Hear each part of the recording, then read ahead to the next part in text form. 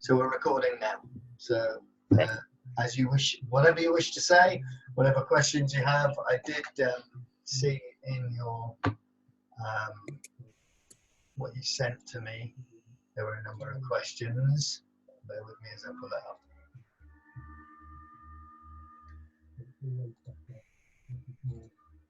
Yeah. Have we got somebody next door that I can hear? Yeah.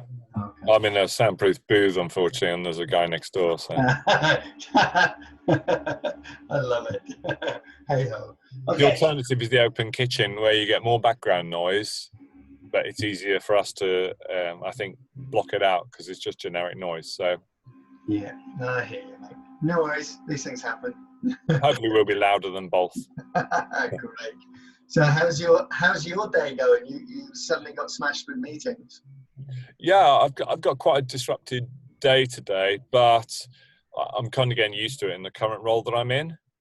So my role is effectively a translator between the executive management through a load of different operational functions to the new CIO, who obviously is trying to come into his business function and understand the exec management group and what they want to do. At the same time, he's got a huge number of very important projects he needs to get operational feeds on. So he's here, and I'm sort of in the valley between the two, doing my usual translation job. And eventually he'll move IT, so it's got more of an executive voice, and we'll have some lined up services, and my job will be done, and things will be much clearer. So yeah, I mean, I guess I'll get disrupted by on-the-fly requests. I shouldn't complain about that because I've made it clear that my door is open. And so people come to me, and I'm a sort of information node, and that helps me operate. I just have to, manage the disruption. Yeah. You can't have it both ways, can you? No, agreed. So how do you manage that disruption then, Dom? Internally, I mean. So the way I manage it internally is I put the requests into 3 buckets. So the first one is I basically say, I work these hours, these are the ways to contact me. If you really, really need to contact me, then use these methods, and I prefer you to give me a call. Not everyone likes that, so not many people go for it. And in an organization where the actual quality of communications across operations is not great, it's very unlikely I'll be battered by calls. And if I was, I've told people, effectively what the SLA is for that call. Make sure you come along with X, Y, and Z. The second thing I do is I show people my diary, and I say, I've got 2 hours in the morning and 3.5 hours in the afternoon, which are blocked out against recognized tasks.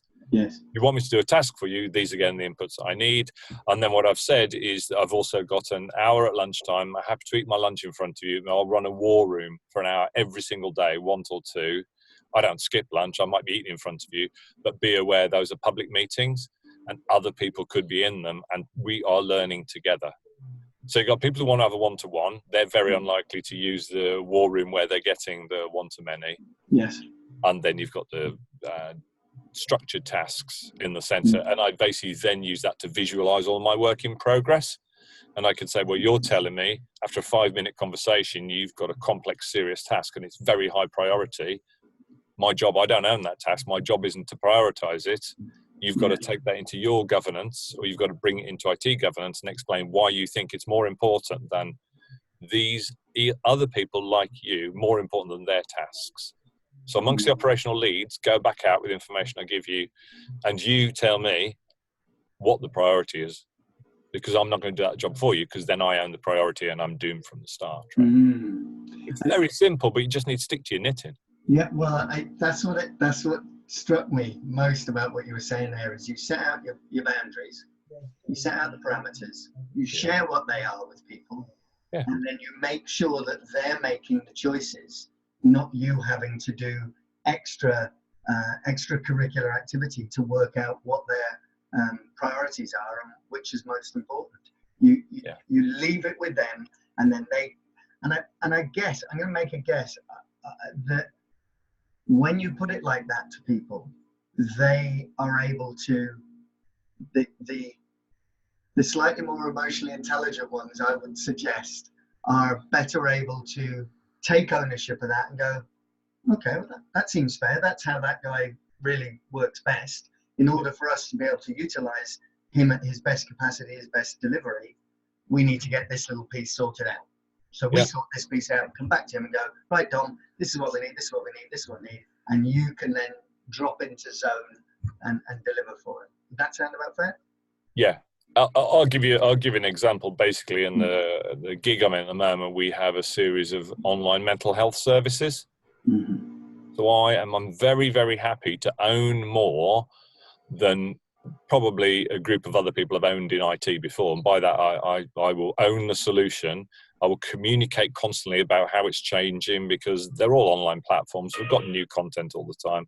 I will help people understand in the language that they need what the functions are actually doing under the hood, how people register, actually what the metrics are behind the good-looking quizzes online and all that. And all of the technical gubbins underneath, which I will stabilize right the way through to a contract on a contract register with a renewal date and actions around. I'll sync that through to legal. So I'll take ownership of the 80% of the glacier that's underneath the 80% of the iceberg is underneath the water, if they want. Yes, yeah. And where I can advise, but I'm not responsible, is in the 20% above, which is, well, how should I communicate to a difficult to reach cohort about the use of these digital tools? So we kind of form a mesh at that point, and then somebody else a level above will take on the KPIs for the management of these, or, for example, the clinical efficacy studies, or how we write about them in white papers to win future bids. But unless, I think as you've said, when you're crystal clear with people about what your role is and where you sit and where you see them as sitting, then you can negotiate and you can operate as professionals and form a flexible organization. You'll know what you're doing. No, that's very interesting you put it like that, because the thing that's striking me almost immediately within this conversation is that I would sense that if I were one of the 20, working at the 20% area that you spoke about, if I was one of the directors or senior leadership team tasked with that or self-tasked with it, from our conversation already, I would be quite concerned about having a relaxed, easygoing conversation with you on a human one-to-one level. Yeah. Because where you're coming at it from is very, very clear, very structured, which obviously, from what you're doing in your background, you need things to be really, really clear, straightforward, delineated, and that they join up exactly where they say they're going to join up, and there's no crossover. Whereas my experience has been that the human element is the messy element. Yeah. In your wonderful world of zeros and ones and cabling and what have you. Yeah. The human is the messy element, and in order to enhance the communication between an individual or group of individuals who are working to clear parameters and clear deadlines, they work in linear or organic, whatever it is, but they're mentally and emotionally they work in, let's keep the emotion out of this and let's just get on with the task. Yeah? And we're like, okay, great. And then somebody who's running a different set of parameters, a different paradigm or a different view of the world, the sales team are usually in there, or business development. Yeah. We want it to do this, we want it, it's got to connect out, all those kind of things. And you're kind of going, no, that's your gig. You've got to communicate that to your client. The trick for the question for me is between your communication and their communication. It's happening at this level. It's not going to meet up in that really clinical, beautiful way. No. Because humans are messy. Yeah. And they want to know, well, okay, I don't understand all that kind of language, but how's it going to feel for the user? How's it going to feel for us? And I'll make a guess. You might be going, doesn't matter how it feels for them, it works. It's perfectly, it's brilliantly built, it's well delivered, and it works absolutely fine. And they're going, yeah, but how does it feel? So how do you deal with that? How do you work? It's a really interesting observation. So First of all, I think operating on an emotional level is absolutely where the sales team or biz dev team operate. However, what I've found in my not so humble experience is it isn't what the client is talking about. So the client will talk about how it feels, how we use it, how will it impact our workforce, what will it do for my customers, how can it change their perception. So it's very soft language there, but they're talking about value to the business and the customer experience. The sales team, again, just in my opinion, I'm sure great sales teams do things different. They're obsessed with features, newness, change, differentiation, but the client isn't necessarily asking for that, and the client maybe buys that, but they want the underlying culture. So the way I operate in the valley between those two is absolutely, as you've said, it's around, right, okay, I could sit here all day and say, where's the requirements for this IT platform? And BizDev could sit around all day saying, well, they want it to do, we don't really know, we weren't listening, we're about newness and rolling. But if you can get somebody in the sales or BizDev team to proxy for the customer, or even the real customer themselves, and I mean all customers. So, you know, the chief exec's a customer, the internal yes, absolutely. the woman on the street is a customer, then you can create a shared language in the organization. And those are the organizations that really win, because it's very difficult to argue with a value-based statement that is from the customer's point of view. For example, I want to be able to go to boohoo.com and check out 5 seconds faster. Why do you always, when I press buy, take more than, they'll say, oh, it takes 30 seconds. It actually takes 12 seconds, but it feels like 30 seconds. And you say, okay, we're going to reduce our checkout experience by 6 seconds. Why is that? I spoke to 100 people, 50 14-year-olds, 25, 16, blah, blah, blah. And we found out this data, but in the language of the customer. It feels like 30 seconds. Why does it take so long? Amazon's instant, et cetera, et cetera.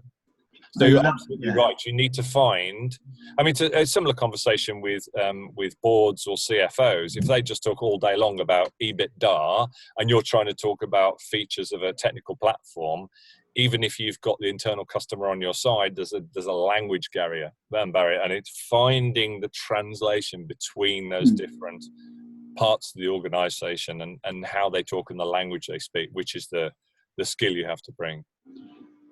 So, I mean, it sounds really interesting, because it sounds to me like you have found a niche that you're excelling at, which is translation. It's like a translation between the heart and the head. Yeah. And if you, I mean, that honestly, heart, head, and gut, I think, better than I do. So that's pure magic. That really is magic. Because as you talked about the sales teams and the biz dev, I, in my experience of various organizations, the biz dev team, although looking for sales, are also looking to build great relationships that sales will follow on from. And they're having been in biz dev myself and sales, but primarily biz dev, it's about identifying what the real pain is and what the real issue is for the client. And not just that, finding out what it currently feels like and what they want it to feel like. As you said, it feels like 30 seconds, actually only 12. Yeah. But if it comes down to 6 seconds and it feels like 2, now we're cooking on gas. Completely different gig. Yeah. Because the experience from the user's point of view is outstanding. And that's, for me, the difference between, and this is where the emotional intelligence comes in for me, is really leading yourself as a business developer or as an IT or as sales, and realizing that until you really connect with what they want, how they're feeling, you're not going to be able to give them what they need. Because as we both know, most clients have no idea what they need. No. They kind of know what they want, but they really know that the experience they've got right now is not how they want to feel about this experience that they've got right now. So it And sounds to me like, it's that feeling which is the thing that you have to extract. That is where the value lies. And I'm not disparaging about sales and biz dev teams. I generalize them, and I'm sure they generalize back about bloody IT sure, and yeah, blah blah blah. So what the salespeople want to feel, as you have expressed so eloquently, is they just want to feel in their heart of hearts that they're building a relationship. Nobody wants to really work in sales and just sell cynical none of that. software that really undermines the effectiveness of an organization. Well, they can do, and the senior salespeople will be bonused up to the eyeballs. Everyone else is just a mince machine, right? You turn the handle and Sure. salespeople come out. But it's becoming less and less ineffective because we are more and more accountable to our end users through things like NPR scores and online social feedback mechanisms. Absolutely. Almost immediate feedback as well in some cases. I had an experience with my just recently, my IT provider, my IP provider, and the system went down. So I wasn't, as an end user, I know some of the technicalities of it, and I kind of get it, but I don't really care, because as an end user, my experience was less than what I wanted it to be, and less than what they were selling in their sales brochures and what have you, in their experience. And I realized how quickly we've moved on is I immediately get on Twitter, go straight to their Twitter account and go, okay, before I go to the world, what's going on? It's been an hour and 15 minutes, and I'm a relaxed individual. Yeah. So I've given you a long, long time here, but you told me it's a 99.9% uptime, blah, blah, blah, blah, blah, fastest in the world, yada, yada, yada. And my experience today for an hour and 15 minutes is way less than. But what was interesting, and to their credit, was they get it, and they're straight back on Twitter, straight back to us, and managing and letting us know. And this was the key criteria. Tell me what's going on so I can lead myself internally, pause and breathe, slow it down, and manage the rest of what's going on for me, so that I don't immediately go on social media and tell everybody that you are a bunch of ... that are not delivering. So it's really interesting that in this day and age, there is such a speed of connection directly to the end user. And if you can really understand what they want at the emotional and the deeper level, then you're really able to deliver the technical aspect of what that is. And that's, so when I talked about being user-centric and bringing your audience into the conversation to say, well, Sean's not right as the CTO, I'm not right as a digital transformation consultant, Dave's not right who's the head of biz dev, the customer is right. So how do we bring the customer in? And then, we run small tests because the customers don't know what they want. So you would run small tests with them, say, do you prefer this, that, and the other? How do you feel? Using exactly that kind of language with enough users where you go, okay, we believe this is a representative sample. They want it to be 6 seconds. They want it to be green, or they don't want us to change the app at all. What they really want is better support. Yes, what you were discussing there is that design, test, learn cycle just going round and round and round. So what's critical there, and a lot of people get this wrong, you're not avoiding going to social media when you have problems. That's going to happen anyway. It's like hacking. It's going to happen. It's how you respond when it happens. Yes. Exactly the same thing. So when you're getting feedback from a user like yourself, a paying customer, how do you both give them information, but also learn what the problem is as rapidly as possible and decide if it's an application problem or it's an infrastructure problem, or it's actually just, you could have set it yourself if our first response would have been to send you a 15-second video going, well, there's a button underneath the router. Or you just go to your web page where you administer this stuff and turn it off and then back on again. Yeah. But unless you're open for receiving that information at all levels, you're spending a huge amount of money doing user-centric research, sometimes via specialist agencies that only do this stuff, and you've got the whole of the internet willing to talk to you. Yeah. But it is expensive and it is complicated. So it's deciding how much you do internally, how much you proxy for external customers, how much you talk to actual external customers, and then when you're in live running, the cost of disruption versus, you know, the benefit of bringing the customer in. Bringing the customer. Yeah, absolutely. You raise a really great point, and it's something that strikes me in all relationships and all interactions. The majority of organizations, because they're run by humans, and this is the messy bit that I spoke about at the beginning. Yeah. The messy bit is, so we have an issue with our service delivery of whatever it is. Somebody comes up either by telephone, by face-to-face, by Twitter, or by any of the social medias, and they complain or they start to denigrate or attack you as an organization. Here's the challenge that I've found is the individuals within the organization, although they cognitively believe that they are part of the organization and thus defended, immediately move to defense on an emotional level when they receive whatever the interaction is that they're getting.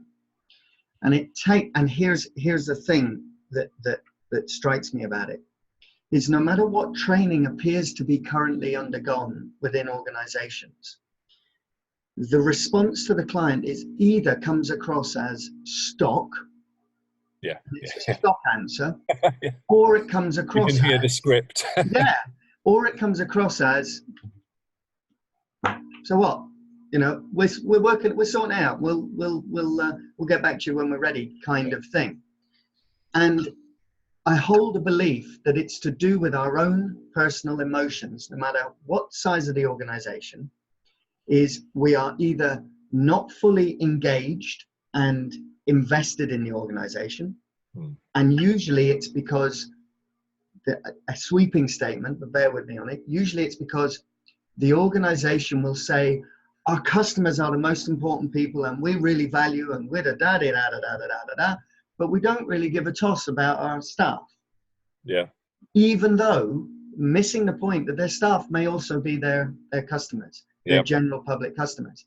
So the staff go, well, I've got no top cover. Nobody really cares about me anyway. They'll replace my job in a heartbeat in 20 minutes. So I'm just going to do the stock answer or the meh. Now, in an organization that answers 3 questions, these are emotional intelligence level questions. An organization that answers these 3 questions for every single person in the organization when it answers these 3 questions, that organization thrives, it grows, and it attracts brilliance. And those 3 questions are, and we do it all the time, every single one of us are doing it at the subconscious level. Am I safe? Yeah. Do I belong? And do I matter? Right? So I'm a customer. Yeah. Something's gone wrong with the service. Believe it or not, what's going on inside my head and heart is I do not feel safe. And I don't mean I'm not in physical danger. I get that, right? Yeah. But the choice I made to go with this organization is now being undermined. So therefore, I'm concerned about my ability to make good decisions. I don't feel comfortable, safe with what's going on right now. Now, your job on the other end, when I go, what the hell, you've been down for 5 seconds. This is rubbish. The job of the person at the other end is to switch roles and really empathize, really understand, crikey, if I was that client, if I understand that safe, belong, and matter are always being asked, how can I, first of all, help that person feel safe? And that's basic, straightforward empathy. The thing is, if the organization doesn't have this in place, the individual doesn't really care enough to be able to care enough about the customer. Yeah. And the second 2 parts of that is belong is about the tribe. You know, we all you're wearing a baseball cap for a reason. Okay, it puts you into, you know, juice, whoever it is. I don't know who it is, but it matters to you. The headphones you wear, it matters to you. It's part of. They might be Bose or Bose or whatever, but it positions you with a tribe. The next and the third piece is matter. Yeah. if I'm bothering my backside to get in touch with you to tell you that your service isn't good enough, I want to know that I matter to you guys. Even if I'm only a $10 a month client, well, yeah, I have to matter to 3 you. million of them, that's a good business. Well, exactly. And the trick that I see, and it comes down to the training, it doesn't matter whether you're IT or whether you're sales, and sales can be absolutely the biggest challenge for this, because they're going for the sale every time. Not all of them, I have to caveat that. There are other versions of salespeople available. Yeah. But the challenge that they have is that they will not position themselves as if they actually were the client and the customer. And what experience do they really, really want to have? I find when I get in touch with IT people particularly, because they know their subject detail matter so brilliantly, yeah, that's where they feel comfortable. When they get threatened and they move to defense, they move to technicals, because that's where they're safe and comfortable, because now they're under threat, they have to go to where they're safe. Safe doesn't matter. Yeah. As a user, I'm going, I don't really care what it's called. I don't care how great it works. And I am not giving you stick because you're an IT person or you're an accountant or whatever it is. That's fantastic. I don't get it. And you're not talking to me. You're not connecting me to you. So I can go, safe, belong, matter. I trust this person. Crack on with whatever it is and just advise me how it, Is it a ladder? So safe, belong, matter. If you can address the first one, can you talk them back into safe harbor? And does it escalate? Okay, so it is an escalation more than anything. The three are absolutely important. Almost, I kind of say a bit like an infinity loop. Yeah. You can drop in somewhere, and by engaging with somebody, it's as simple as handshake, eye contact, smile. Yeah. You're now engaging with them and you're telling them that they matter. They matter to you in that moment. But actually what you're really saying is that they're safe. Right. So you've now dealt with two. Yeah. The next bit is, do they belong? Well, what conversation are we going to have here? What are we talking about? Yeah. Are you a Lamborghini driver and I've turned up in a Bentley? Yeah. And I'm going, hey, you need to join our club. Sorry, I'm a Lamborghini driver. And that would be great. Don't get me wrong. Yeah. But it's nice problem to have. Yeah. Problem, yeah. But it's really about how you connect with the person on the human level first. Safe, belong, matter, usually escalating, but there is an interconnection before you can get onto anything else. I mean, anything else. You're diving into somebody's, where they went on holiday. Yeah. Tell you where I went on holiday, but you don't care about me. I don't care about you. We haven't connected. It's facile. Yeah. Yeah, exactly. And here's the thing that I've noticed in organizations, and it does happen a great deal, I believe, within technically excellent organizations, whether they be IT or mechanical or fintech or anything Pharma, like that. Pharma, is that people give lip service to the empathy and the care of others. Because usually the organization has attracted them because of some form of salary and some form of promotion in some way, shape or form. Either they can hit targets and make more money, they can do this, whatever it is, it's driven by something other than the likes of what Google has created. It's driven by by less than what I consider to be, as we talked about the Pareto's principle, the 80-20 rule. 80% is the important stuff in this particular issue. Yeah. And that 80% is all about what's the culture in the organization? Are they like me? Are we aligned on values? Yeah. Are we going in the same direction? So the whole bunch of things, there are about 8 of them. And the last 2 are salary and promotion. The challenge is that a lot of organizations bring people in to fulfill a function based on salary and promotion. Yeah. And kudos, instead of saying, who out there has got the skills that we want, but is a great fit culturally for this organization?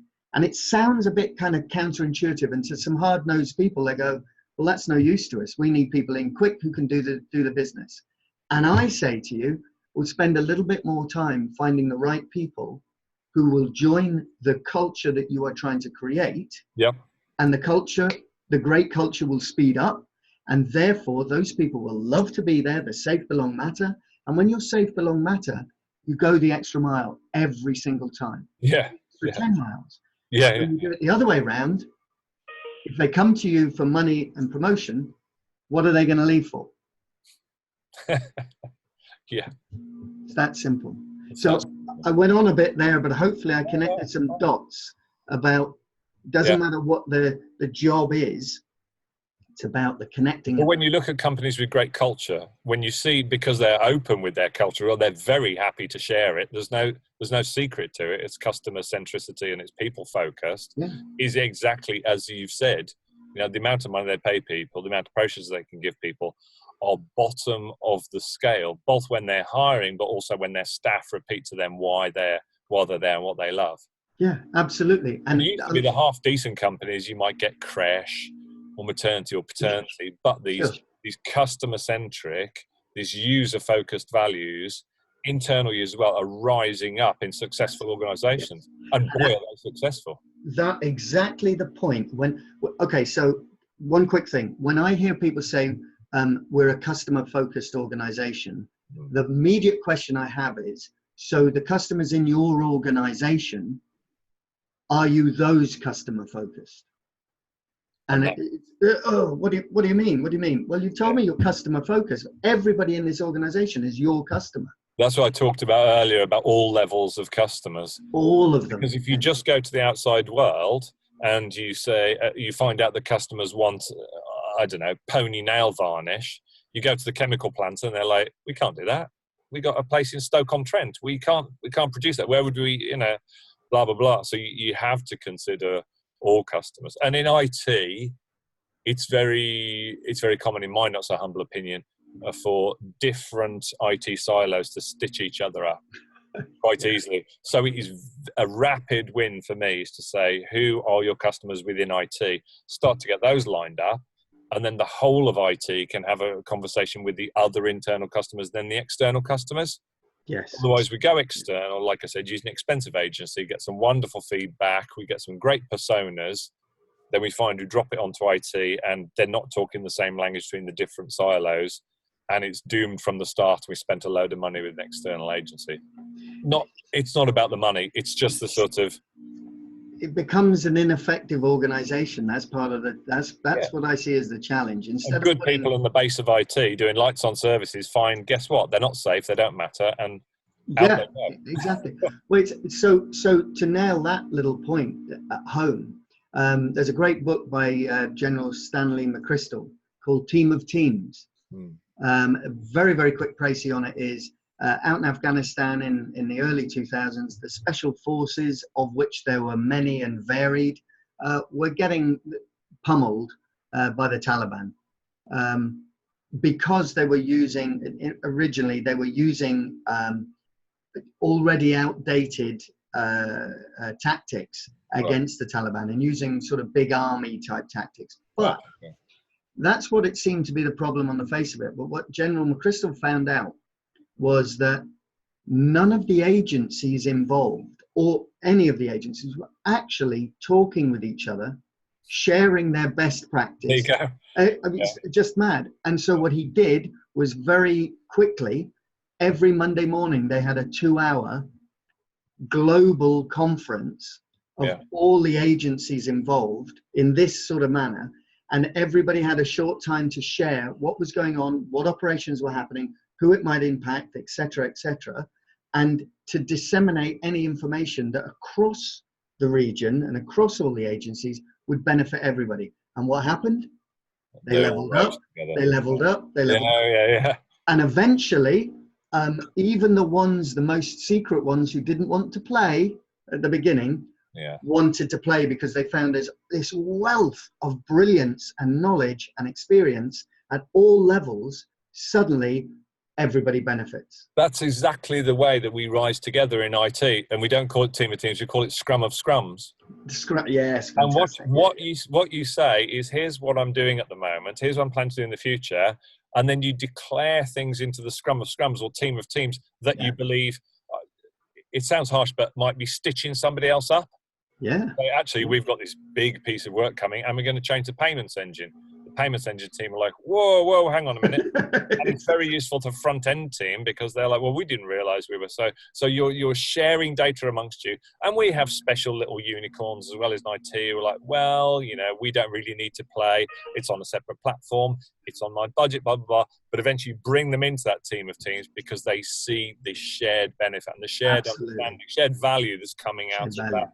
And it's the culture. Very short conversation. It's not 4 hour, Yeah, it makes it short, sharp, and to the point, because, and there's one thing, and I love how you call it Scrum, because if you think there's one aim of a Scrum, all those players in there, is one aim, is to hold and take the ball.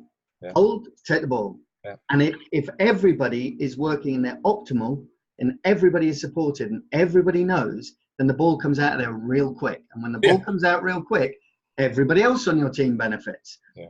So isn't it interesting how special forces in a military world and aspect can actually come straight across, and you have it happening independently, you have it happening knowing that interoperability, that interconnectedness, and the last thing that I will say on it is it's cultural.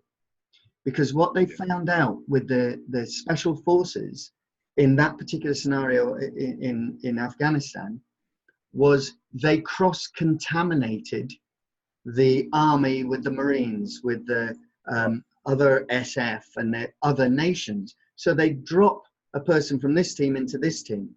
And what they found initially, there's all the male ego, bravado stuff that goes on. But actually, as the individual would come back to the team, they brought back a new set of skills that they could share with these guys. And whilst they were in the team, they were able to share a couple of nuances of how they might do things. And therefore, again, everybody starts to raise. And the culture changes to one of openness and a shared belief and a shared vision in the future. So many things change. Bottom line goes up. As we've discussed, previously in one-to-one calls, if you can do it in that scenario where, territory, lives, billions of dollars and, world scenarios are at stake, surely we can do it in an office near Tower Hill, right? Where it's just... Can we, while we're going up together, can we reduce the amount of drama and... And actually it does. And I think that is... I love the fact that it's like bats and butterflies, right? They're both evolved wings entirely separately, but the cultural change is what benefits both. Yeah, absolutely. That totally nailed it. And the kind of last thing I'd love to say on it is about, it's the culture that changes. And the culture, as it changes, where everybody rises, you answer the question of safe, belong, matter. Yeah. Who would want to leave an organization that you get all your human needs met, and you answer the question, I'm safe, I belong, I matter, I'm challenged, I'm stretched, I have opportunity to share and grow and contribute, and yes, I'm actually paid quite well as well. Isn't that good? And if somebody wants to give me a promotion, nice. But it's not my driving force to come in, tick a CV, and get out again to the next big deal. I think that leaves a really interesting point open for our next call on this topic, which is, you're a leader in an organization like this. What do you practically do to drive this through across your programs, across your projects? And what's that program of work look like for you as a leader? So how do you check yourself? And then how do you check your organization? How do you baseline people? And what things should you do first to move forwards together? Well, I think we should leave it there. I would definitely love to answer that, because that's exactly what I do. Thank you for setting that up. Well, thanks for your time today. I've really appreciated it. Perfect. I hope that worked for you, Dom. I enjoyed it immensely, and really appreciate your asking. And I'll send you this on. No problem. It's really interesting that I start the conversation talking about beep and boxes, and all that. And the initial perception is, wow, this guy's like an Excel spreadsheet. And it's hurtful to then hear you say, oh, but what about the people? But I just think, oh, but that's the way I work all the time. I think it's easier to start with, I have an absolute process for these things. So I can clearly explain to the people I work with how they might best want to get through. Let's face it, in IT, which is very much a sort of, you put a request in here, we respond with solutions, it then goes to change board, thumbs up from project gating committee, we have to run that kind of system to allow us to have a safe process to repeat back to you. You can now deliver this to your customers because it's highly structured and I'm doing the 80% below the water. Mm-hmm. Well, I think what I've got taken away from the call today is, Dom, that is expected of you. If you open with the people part, that's the value that you bring. Mate, that you totally nailed it, as I knew you would. It's all about the human connection, followed by wedging in your brilliance afterwards, wedging in all that stuff afterwards, but make that human connection first. The phrase that pays that I heard years and years ago and still works today, nobody cares how much you know until they know how much you care. And interestingly, it answers the safe belong matter question. Yeah. When they know you care and you've got their best interests at heart, it may still be painful down the road. It may still be a challenge. It may still be a struggle. But you know what? You've got their backs. Yeah. That really helps them. Wonderful. All righty. Nice. Thanks, Dom. No problem. Take care. And I'll stop the recording and